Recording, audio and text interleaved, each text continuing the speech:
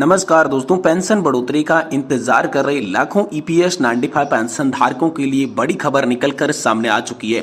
जी हां दोस्तों, आज की इस वीडियो के अंदर 4 मुख्य अपडेट के बारे में चर्चा करने वाले हैं, जिसमें पहली बड़ी खबर है दोस्तों ईपीएस 95 पेंशन को लेकर अशोक रावत ने सरकार को दिया अल्टीमेट। जी हां दोस्तों, नेशनल एजुकेशन कमेटी के मुख्य कमांडर अशोक रावत, जो कि लगातार पिछले 7 से 8 सालों से ईपीएस पेंशन वृद्धि की तमाम मांगों को लेकर यहां पर संघर्ष कर रहे हैं, तो उन्होंने एक बार फिर से मोदी की नई सरकार को दोस्तों पेंशन को लेकर अल्टीमेट दिया है और अब सभी पेंशन धारकों के लिए बड़ी खबर है। तो आखिरकार कमांडर अशोक रावत ने क्या कहा और कैसा अल्टीमेट दिया है, जिससे पेंशन धारकों को क्या फायदा होने वाला है, इसके बारे में दोस्तों आज की इस वीडियो के अंदर बात की जाएगी। वहीं दोस्तों यहां पर जो है केंद्र सरकार का बड़ा फैसला है, एनपीएस स्थगित करके करेगी ओपीएस लागू। दोस्तों कहां तक इस बात में सच्चाई, क्या एनपीएस स्थगित होगी, क्या ओपीएस लागू होगी, या फिर दोस्तों एनपीएस और ओपीएस के बीच वाली जीपीएस सिस्टम लागू होने वाला है, इस पर बड़ी खबर आ रही है। तो दोस्तों इसके बारे में भी आज की इस वीडियो के अंदर बात की जाएगी। वहीं दोस्तों 78 लाख पेंशन भोगियों के लिए खुशखबरी है, सरकार गठित होते ही मिला बड़ा तोहफा। जहां दोस्तों यहां पर प्रधानमंत्री मोदी ने तीसरी बार अपना कार्यभार संभाल लिया है, नई सरकार का गठन हो चुका है। तो दोस्तों सरकार का गठन होते ही 78 लाख पेंशन भोगियों के लिए आखिरकार क्या बड़ी खबर निकल कर आई, इसके बारे में आज की इस वीडियो के अंदर बात की जाएगी। साथ ही दोस्तों पेंशन भोगियों के लिए बड़ी खबर है, 50% महंगाई भत्ता होने के बाद पेंशन में 20% की बढ़ोतरी का आदेश जारी। जहां दोस्तों जैसे कि आप सभी लोग जानते हैं कि 1 जनवरी 2024 से ही महंगाई भत्ता 50% हो चुका है, जिसके बाद लगातार 20% पेंशन बढ़ोतरी की मांग की जा रही थी। तो दोस्तों आखिरकार आप सभी के लिए 50% महंगाई भत्ता होने के बाद 20% पेंशन बढ़ोतरी को लेकर क्या बड़ा आदेश जारी किया गया है, इसके बारे में भी दोस्तों आज की इस वीडियो के अंदर बात करेंगे। यानी कि दोस्तों पेंशन और पेंशन से जुड़ी तमाम बड़ी खबरों की चर्चा आज की इस वीडियो के अंदर करने वाले हैं। इसलिए अगर आप ईपीएस 95 पेंशन धारक है, केंद्रीय और राज्य कर्मचारी पेंशन धारक है, तो दोस्तों आप सभी के लिए महत्वपूर्ण खबरें निकलकर सामने आ चुकी हैं। इसलिए आपसे निवेदन करते हैं कि वीडियो को आप लास्ट तक देखेंगे तो ही दोस्तों आपको यहां पर जो है संपूर्ण जानकारी विस्तार से मिल पाएगी। इसलिए आप वीडियो को लास्ट तक देखिएगा और हमारे चैनल पर अगर पहली बार आए हैं तो दोस्तों चैनल को भी सब्सक्राइब जरूर कर लीजिएगा। तो चलिए सबसे पहले बड़ी खबर की ओर बढ़ते हैं और जान लेते हैं कि ईपीएस 95 पेंशन को लेकर कमांडर अशोक रावत ने सरकार को क्या अल्टीमेट दे दिया है। तो दोस्तों जैसा कि आप सभी लोग जानते होंगे कि ईपीएस 95 पेंशन बढ़ोतरी की 4 सूत्रीय मांगों को लेकर, जिसमें 7,500 प्लस डीए की पेंशन मिले, मुफ्त मेडिकल सुविधा मिले, हायर पेंशन का ऑप्शन सभी श्रेष्ठ ज्येष्ठ नागरिकों के लिए खुला कर दिया जाए और सुप्रीम कोर्ट के फैसले को सुचारू रूप से लागू किया जाए।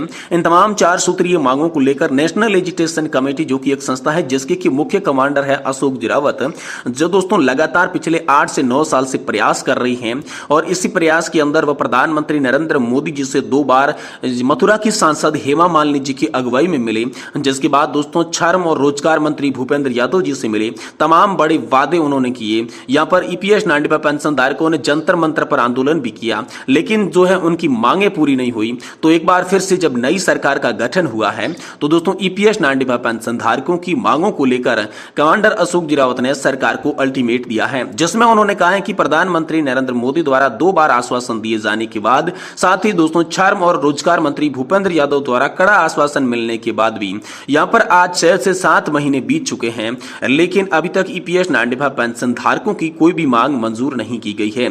यही मुद्दा दोस्तों 2024 के लोकसभा चुनाव में भी उठा था, जिसमें दोस्तों आश्वासन मिलने के बाद कमांडर अशोक रावत ने कहा था कि ईपीएस 95 पेंशन धारक इस बार संतोष कर रहे हैं, जैसे ही नई सरकार का गठन होगा तो हमारी मांगे पूरी होगी। लेकिन ऐसा नहीं होने के कारण यहां पर पेंशन धारकों का प्रतिनिधित्व करने वाली संस्था एनएससी के द्वारा जो मुख्य कमांडर अशोक रावत हैं, उन्होंने एक अल्टीमेट सरकार को दे दिया है कि जल्द से जल्द पेंशन धारकों की तमाम मांगों पर कोई बड़ा एक्शन लिया जाए। अगर सरकार इसमें अचूक करती है, समर्थन नहीं करती है, तो दोस्तों आने वाले समय में कमांडर अशोक रावत ने ऐलान किया है कि एक बार फिर से पेंशन की तमाम मांगों को मंजूर करवाने के लिए जंतर मंतर पर धरना प्रदर्शन करेंगे। दिल्ली के रामलीला मैदान में बड़ा जनसभा, बड़ी रैली करने वाले हैं और देश के अलग अलग ईपीएफओ कार्यालयों पर प्रदर्शन किया जाएगा। ऐसा दोस्तों अल्टीमेट हाल फिलहाल में सरकार को नेशनल कमांडर अशोक रावत के द्वारा सौंप दिया जा चुका है। वहीं दोस्तों अगली बड़ी खबर आप सभी के लिए निकल कर आ रही है, सरकार का बड़ा फैसला है, एनपीएस स्थगित करके ओपीएस क्या लागू कर सकती है। इसको लेकर दोस्तों आप सभी के लिए बड़ी खबर आ रही है। लगातार 2004 के बाद जब से एनपीएस सिस्टम आया, तभी से लगातार केंद्रीय और राज्य कर्मचारी जो है वो दोस्तों ओपीएस की मांग कर रही थी। इन दिनों ओपीएस की मांग तेज हो गई थी। 2024 में ओपीएस का मुद्दा गहरी तरीके से भुना गया था और इसी को देखते हुए अब सरकार जो है मंथन करने लग गई है, जिसमें जिसमें सरकार के पास बहुत ही अच्छा विकल्प नजर आ रहा है जीपीएस आंध्र प्रदेश का मॉडल। जी हां दोस्तों, यहां पर जो कमेटी गठित की गई थी एनपीएस में सुधार के लिए, उन्होंने भी दोस्तों जीपीएस मॉडल की यहां पर जिक्र किया है। जी हां दोस्तों, आंध्र प्रदेश का जीपीएस मॉडल, जिसके तहत आप सभी को एनपीएस की तरह कंट्रीब्यूशन देना होगा और आप सभी के लिए ओपीएस की तरह लाभ यानी कि अंतिम सैलरी की 50% पेंशन आप सभी को दी जाएगी। तो इस मॉडल को लेकर दोस्तों आप सभी के लिए बड़ी खबर आ सकती है, लेकिन हाल फिलहाल में केंद्र सरकार ने इस पर कोई भी बड़ा ऐलान जारी नहीं किया गया है। वहीं दोस्तों अगली बड़ी खबर की बात करें तो आप सभी 78 लाख पेंशन भोगियों के लिए खुशखबरी निकल कर आ रही है। सरकार गठित होते ही आप सभी को बड़ा तोहफा मिला है। जी हां दोस्तों, कर्मचारी भविष्य निधि संगठन ने 78 लाख से भी अधिक पेंशन भोगी जिन्हें पेंशन पाते रहने के लिए हर साल जीवन प्रमाण पत्र जमा करना अनिवार्य है। पहले उनके भौतिक जीवन प्रमाण पत्र जमा करने के लिए बैंकों में जाना पड़ता था, जिसमें कई तरह की परेशानियां होती थी, लेकिन अब पेंशन धारकों को इस परेशानी को दूर कर दिया गया है। ईपीएफओ ने 2015 में अपने पेंशन भोगियों का जीवन आसान बनाने के लिए डिजिटल जीवन प्रमाण पत्र यानी कि डीएलसी को अपनाया था। इसी के साथ ही दोस्तों कर्मचारी भविष्य निधि संगठन ईपीएस पेंशन भोगियों से बायोमेट्रिक प्रमाणीकरण के आधार पर डीएलसी जमा करवा सकता है, स्वीकार करता है। बायोमेट्रिक आधारित डीएलसी जमा करने के लिए पेंशन भोगियों को किसी भी बैंक, डाकघर, कॉमन सर्विस सेंटर या फिर ईपीएफओ कार्यालय शाखा में जाने की आवश्यकता नहीं होगी, क्योंकि वह फिंगरप्रिंट और आइरिस कैप्चर डिवाइस उपलब्ध नहीं है। और दोस्तों यहाँ पर जो है बुजुर्ग पेंशन धारकों को यहाँ पर डाकघर आदि में जाने की जरूरत नहीं होने के कारण जीवन प्रमाण पत्र जमा किया जा सकता है। आप सभी का दोस्तों जो है कि चेहरा पहचान तकनीकी की माध्यम से ईपीएफओ ने जुलाई 2022 में इस तकनीक को अपनाया। इससे पेंशन भोगियों द्वारा अपने घरों से ही दोस्तों डीएलसी जमा करने की पूरी तरीके से छूट दी जा सकती थी। इसमें दोस्तों 1 मिनट में आप सभी के लिए घर बैठे आप सभी का लाइफ सर्टिफिकेट जो वह जमा हो जाता है, जिसमें फेस रिग्रेशन ऐप के माध्यम से ये आप सभी का आधार डेटाबेस से जो है 1 मिनट के अंदर लाइफ सर्टिफिकेट जमा किया जाता है, जिससे 60 लाख पेंशन भोगी इसका जो है हाल फिलहाल में इस्तेमाल करते हुए नजर आ रही हैं। इसमें 2 एप्लीकेशन दोस्तों जरूरत होती है। चेहरे पहचान पद्धति के उपयोग करने के लिए स्मार्टफोन में दोस्तों 2 एप्लीकेशन की जरूरत होती है, जिसमें आधार फेस आरडी जीवन प्रमाण पत्र मोबाइल स्टोर प्ले स्टोर से इंस्टॉल करने की आवश्यकता है। इन एप्लीकेशंस के लिए ऑपरेटर का प्रमाणित आधार से जुड़े मोबाइल नंबरों के माध्यम से किया जाता है। सफल फेस स्कैन सुविधा के लिए ऐप विस्तृत दिशा निर्देश उसमें दिए गए हैं और स्कैन पूरा हो जाने के बाद जीवन प्रमाण पत्र आईडी और पीपीओ नंबर के साथ मोबाइल स्क्रीन पर दोस्तों डीएलसी सबमिट की पुष्टि की जाती है, जिससे घर बैठे ये आसानी प्रक्रिया से आप सभी के लिए जो है पूरी तरीके से लाइफ सर्टिफिकेट जो है वो जमा हो जाता है। वही दोस्तों अगली बड़ी खबर की बात करें तो पेंशन भोगियों के लिए बड़ी खबर है। 50% महंगाई भत्ता होने के बाद पेंशन में दोस्तों आप सभी के लिए 20% बढ़ोतरी का ऐलान किया गया है। इसके बारे में बात करती हैं। देखिए दोस्तों, केंद्रीय कर्मचारियों की यहाँ पर जो है सैलरी और पेंशन को लेकर 5 बड़ी अपडेट आई है, जो कि हर पेंशन भोगी को जानना बेहद जरूरी है।